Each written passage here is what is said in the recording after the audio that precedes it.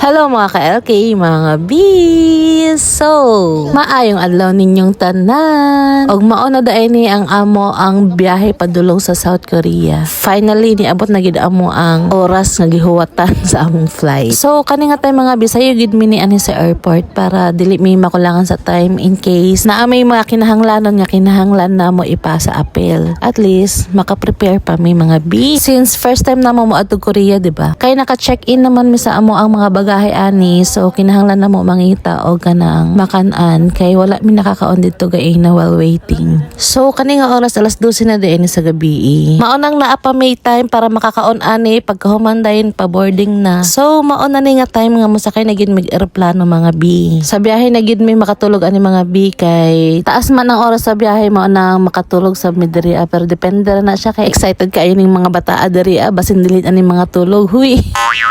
Nagkadoon namin sa pultahan sa eroplano mga beach.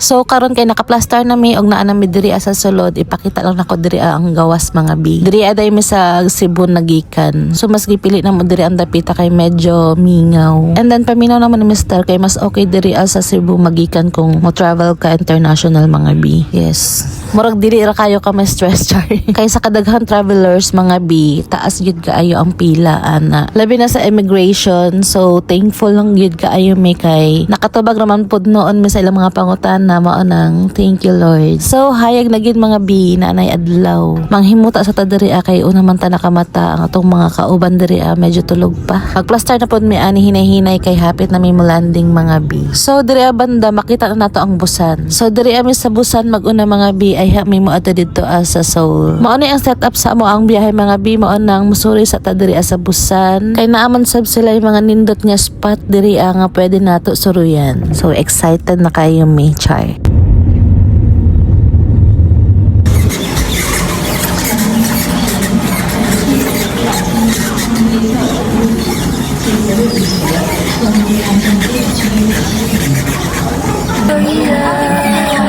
So naanagid mi diri mga bi o kanang paggawas na mo gitabo mi og kanang kuan. Mga guard sa red light, green light.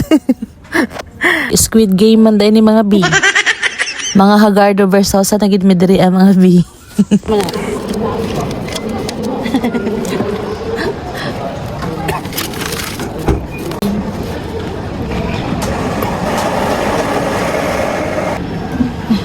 Please check here.